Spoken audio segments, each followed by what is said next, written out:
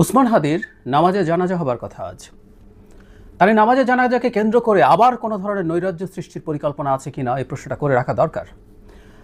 কিছু প্রতিষ্ঠান ভাঙচুর হয়েছে, কিছু ঝামেলা হয়েছে, কিন্তু তার চাইতে বেশি কিছু সেটা নিয়ে কথা বলতে চাই। বিশেষ করে একটা রাজনৈতিক দল যাদেরকে আমরা দায়িত্বশীল মনে করি, এনসিপি, তাদের কয়েকজন সদস্যের কয়েকটা স্টেটাস আমি একটু পড়তে চাই। সেটা এক ধরনের ইন্ডিকেশন দেয়, এবং এনসিপি যেহেতু এটাকে ডিসওন করেনি, তাই তাদের এই স্ট্যাটাসগুলো আলোচনার দাবি রাখে। তার আগে দুটো ইস্যু নিয়ে একটু কথা বলবো। গতকাল সর্বশেষ উদীচীর কেন্দ্রীয় কার্যালয়ে আগুন দেওয়া হয়েছে। এর আগের দিন ডেইলি স্টার, প্রথম আলো এবং ছায়ানটে আগুনের পরও এই আগুনটা দেয়া হলো। মানে সরকার, একটা অ্যাড দেখতাম, নাকে তেল দিয়ে ঘুমা, সরকার নাকে তেল দিয়ে ঘুমাচ্ছেন। আরেকটা জরুরি ব্যাপার একটু বলে রাখা দরকার।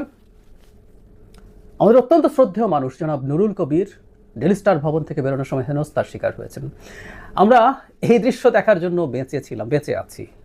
কিছু তৃতীয় শ্রেণীর ফালতু লোক, আই রিপিট, তৃতীয় শ্রেণীর ফালতু লোক কতগুলো ফালতু হুজ্জতি করার জন্য গেছে ওসমান হাদির মৃত্যুর এই ঘটনার সুযোগ নিয়ে।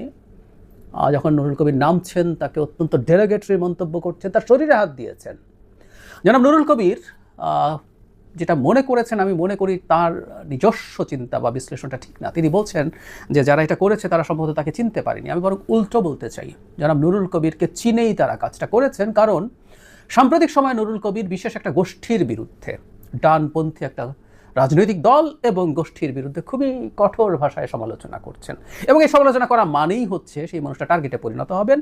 আমি মনে করি সেটারই শিকার তিনি হয়েছেন, এবং এই শিকার হওয়ার মাধ্যমে তিনি আসলে গৌরব অর্জন করেছেন। এটা তার জন্য হিউমিলেটিং কিছু না। কেউ কেউ বলেন হেনস্থা, ওনাকে হেনস্থা করা হয়েছে, কিন্তু অপমানিত হননি নিশ্চয়ই। একজন অ্যাক্টিভিস্ট যিনি তার একটা রাষ্ট্রের পক্ষের অবস্থান জানান দেন, রাষ্ট্রবিরোধীরা তাকে শত্রু মনে করবে এবং পেলে তাকে নানা কিছু করার চেষ্টা করতে পারে, কখনো পেটাতে পারে বা খুনও করে ফেলতে পারে। সুতরাং এটা গৌরবের ব্যাপার। অথচ এই মানুষটাকে আমরা বহু বছর থেকে আমরা যখন মাত্র বাংলাদেশে টকশো শুরু হতে দেখেছি, টকশোতে মানুষজন কথা বলতেন, তখন নুরুল কবির আসছেন কিনা, সেই টকশোতে তিনি কি বলছেন সেটা দেখার জন্য বসে থাকতাম। আমাদের রাজনৈতিক বোঝাপড়ার একটা বিরাট অংশ আমরা পেরেছি কিভাবে অ্যানালাইজ করতে হয়, কিভাবে বুঝতে হয় জিনিসগুলো, কিভাবে ভেতরের খবর নিজের মতো করে বুঝে নেওয়ার চেষ্টা করতে হবে। সব নুরুল কবিরের, আমি একমাত্র তা বলছি না, সম্ভবত প্রথম নামটাই তিনি। তো সেই মানুষটা যিনি নিরলসভাবে প্রত্যেকটা অন্যায়ের বিরুদ্ধে কথা বলেছেন। আজকে যারা হেনস্থা করতে যাচ্ছে, আমি প্রায় বলি যে ইদানিং আমি ফেসবুকেও কিছু বিরাট সব বিপ্লবী দেখি যাদেরকে আমি 5 আগস্টের আগে দেখি নাই, সত্যিই দেখি নাই। এই নুরুল কবির বছরের পর বছর যে কোনো অন্যায় অবিচারের বিরুদ্ধে কথা বলে গেছেন। আমি আগেও বলেছি, আজকে লোভ সামলাতে পারছি না যেহেতু তার প্রসঙ্গে কথা উঠল। 1/11 যখন হয়, এদেশের মানুষজন এটাকে দারুণভাবে সমর্থন করেছিলেন। কি খুশি অনেকের মধ্যে। এই একমাত্র ব্যক্তি জনাব নুরুল কবির, তাকে আমি দেখেছি, আমার মনে আছে তিনি এটার বিরুদ্ধে কথা বলেছেন। একটা পর্যায়ে চ্যানেলগুলোকে চাপ দিয়ে তাকে সব কিছু থেকে সরিয়ে নেওয়া হয়েছিল। একটা পর্যায়ে তিনি আসতে পারতেন, কিন্তু তাকে থামানো যায়নি। এই হচ্ছে নুরুল কবির। সেই নুরুল কবির আজকে হেনস্থার শিকার হন। এই বাংলাদেশে কারা কারা করতে পারেন আপনারা বুঝতে পারেন। নুরুল কবির কাদের বিরুদ্ধে কথা বলেন আপনারা সবাই জানেন, আমরাও জানি। সুতরাং তাদের ব্যাপারে আমরা যেন ভবিষ্যতে সতর্ক থাকি। এবার যে ইস্যুতে কথা বলতে চাচ্ছিলাম সেটা হলো উসমান হাদির জানাজাকে ঘিরে কিছু হতে পারে কিনা। দেখুন, এটা একটা মর্মান্তিক ব্যাপার। হাদি মারা গেছেন, তার ব্যাপারে আমরা শোক শুরু করতে বা শোক নিয়ে শোক প্রকাশ করব, শোক জ্ঞাপন করব, এটা হতেই দুটো পত্রিকা অফিসে এবং একটা সাংস্কৃতিক কেন্দ্রে হামলা হয়ে গেল। ফলে আলোচনা সেদিকে চলে গেল। আজ উসমান হাদির জানাজা হবে, আমরা তার জন্য দোয়া করব, কিন্তু তার আগে এই শঙ্কা নিয়ে আলোচনা করতে হচ্ছে এই জানাজাকে ঘিরে কি কিছু ঘটতে পারে। শোনা যাচ্ছে এই জমায়েতটা বড় করে, এই জমায়েতের মধ্য দিয়ে সো-কল্ড বিপ্লবী সরকার, এরকম কিছু ধারণা অন্তত দেওয়ার চেষ্টা করা হতে পারে, যদি সেটা ঘোষণাও না করে দেওয়া হয়। আমি শুরুতে বলছিলাম এনসিপির অন্তত 3 জন নেতার স্ট্যাটাস আমার সামনে এসছে, আমি একটু পড়ে শোনাতে চাই। তারা কি বলতে চান তাদের দলকে ক্লিয়ার করতে হবে। জনাব নাসিরউদ্দিন পাটোয়ারি শুধুমাত্র রেভলিউশন এই কথাটা লিখে একটা স্ট্যাটাস দিয়েছেন। এরপর জনাব সাইফ মুস্তাফিজ লিখেছেন, সবাই দায়িত্ব নিন, বিপ্লব চূড়ান্ত করে এবার ঘরে ফিরবো আমরা, ঐক্যবদ্ধ হন, জুলাই চলমান। সার্জিস আলমের দুটো স্ট্যাটাস এরকম, বিপ্লবকে সম্পূর্ণ করতে হবে, যা না করতে পারার আক্ষেপ ছিল তা পূর্ণ করতে হবে। আমি সার্জিস আলমের এইটা নিয়ে একটু বেশি কথা বলতে চাই। যা না করতে পারার আক্ষেপ ছিল তা পূর্ণ করতে হবে। মানে কি আক্ষেপ ছিল, কার আক্ষেপ ছিল আমি আসলে জানি না, না করতে পারার আক্ষেপ, এবং বিপ্লবকে পূর্ণাঙ্গ করতে সাইফও তাই বলছেন, এবং নাসিরুদ্দিন পাটোয়ারি শুধু রিভলিউশন লিখে স্ট্যাটাস দিয়ে রেখেছেন। তার মানে অসম্পূর্ণ আছে। প্রথম কথা হচ্ছে এটা একটা বিপ্লব। 5 আগস্ট পরবর্তী সময়ে এই ডিবেটটা হয়েছে, আমি এটার একটা পক্ষে আছে, সেটা হচ্ছে এটা বিপ্লব না, এটা একটা গণ অভ্যুত্থান, এটা একটা মাস আপরাইজিং, সত্যিকার গণ অভ্যুত্থান। সেই গণ অভ্যুত্থান শেখ হাসিনার পতন ঘটিয়েছে, এরপর আমাদের একটা গণতান্ত্রিক প্রসেসে চলে যাওয়ার কথা। কিন্তু কেউ কেউ এটাকে বিপ্লব বলার চেষ্টা করেছেন, যেটা আসলে সরকারি চাকরি পাওয়ার একটা কোটা সংস্কার আন্দোলন ছিল।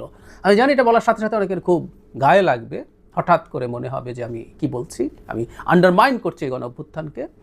এটুকু বলি, শেখ হাসিনার বিরুদ্ধে দীর্ঘ সময় লড়াই এবং এই গণ অভ্যুত্থানের খুব ক্ষুদ্র একটা হিস্সা আমারও আছে, সেটা থেকেই বলছি। তারপরও এটা একটা গণ অভ্যুত্থান, কিন্তু বিপ্লব বানানোর চেষ্টা করেন। বিপ্লবের সাথে একটা বিপ্লবী সরকারের সম্পর্ক আছে।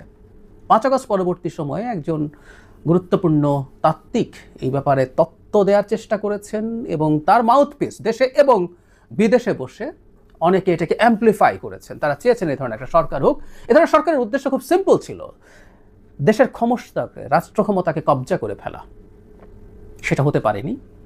সেটা হওয়ার পথে যারা যারা বাধা হয়েছেন তারাই তাদের শত্রুতে পরিণত হয়েছেন।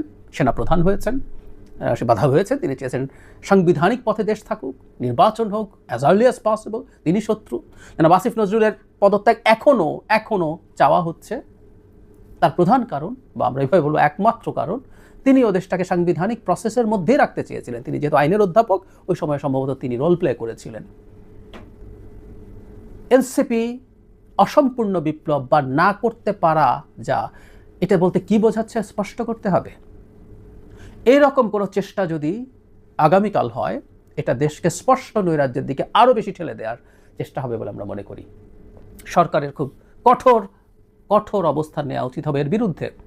ডেইলি স্টার, প্রথম আলো ভাঙার কোনো কারণ ছিল না সরকার যদি সতর্ক হতো। ওসমান হাদি হঠাৎ করে গানশট ইনজুরিতে মুহূর্তে মারা যাননি, 6 দিন পর মারা গেছেন। এমনকি তিনি তার মৃত্যুর আগের দিন প্রধান উপদেষ্টা তার স্ট্যাটাসে শান্ত থাকার আহ্বান জানিয়েছেন এবং জানিয়েছেন অবস্থা খুব খারাপ। সো উনি একেবারেই শেষ অবস্থায় তখন ছিলেন। তাহলে এই জায়গাগুলো কোনটা টার্গেটেড হতে পারে, আমাকে তালিকা দিতে বললে আমি তালিকা দিতে পারি। আর সরকারের এত গোয়েন্দা সংস্থা, এত চোখ, এত কান, তারপরও সরকার সেটা করেনি। এটা ক্ষমার অযোগ্য অপরাধ, তাই ডক্টর ইউনূসকে নিতে হবে। আগামীকালও যদি এ ধরনের কিছু ঘটে, এবং সেটা যদি ঘটে যেতে পারে, ইনফ্যাক্ট এই প্রশ্ন তুলতে হবে যে ডক্টর ইউনূসের সরকার তার নেতৃত্বে এই ধরনের একটা নৈরাজ্য তৈরির পক্ষে আছেন কিনা, এই জবাব তাকে দিতে হবে। তার সমর্থন আছে কিনা এই প্রশ্ন আমরা করব। আরেকটা কথা একটু বলতে চাই, কোনোভাবে আগামীকালের পর ঢাকায় আর কোনো জমায়েত হতে দেওয়া যাবে না।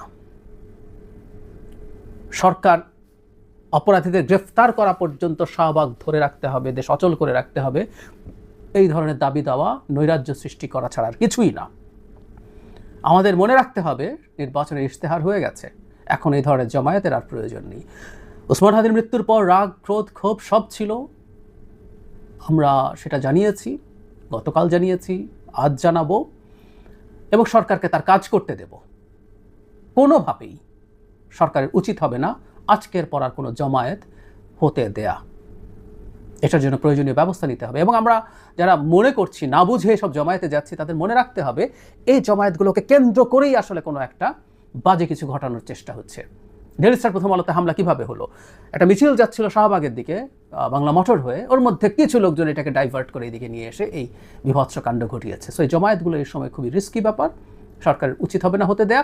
আর আমরা যারা এর মধ্যে আছি, এর মধ্যে থাকি, যারা সম্ভব আমরা যেন সতর্ক থাকি যে এই ধরনের জমায়েত থেকে যাতে এমন কিছু না ঘটে যেটা রাষ্ট্রের স্থিতিশীলতাকে নষ্ট করে। আর আমি আবারও বলছি, এনসিপির সর্বোচ্চ নেতারা, আমি তাদেরকে ধন্যবাদ জানাই। ওসমান হাদির মৃত্যুর পর যখন এই হাঙ্গামা চলছিল ডেইলি স্টার প্রথম আলোতে, তারা তাদের জায়গা থেকে মোটামুটি চেষ্টা করেছেন জনগণকে শান্ত করার জন্য। কিন্তু তাদেরই নেতারা যখন এই ধরনের বক্তব্য দেয়, মন্তব্য করে, সেই ব্যাপারে তাদের ক্ল্যারিফিকেশন জরুরি, বা তাদেরকে দিয়ে, যদি তারা এটাকে ওন না করেন, তাহলে যারা দিয়েছেন তাদেরকে দিয়ে দুঃখ প্রকাশ করানো জরুরি। তাদের এই ধরনের স্ট্যাটাসের গুরুত্ব জনগণের কাছে আছে, অন্তত কনফিউশন তৈরি তো করেই, এই ব্যাপারটা তাদের মাথায় রাখতে হবে।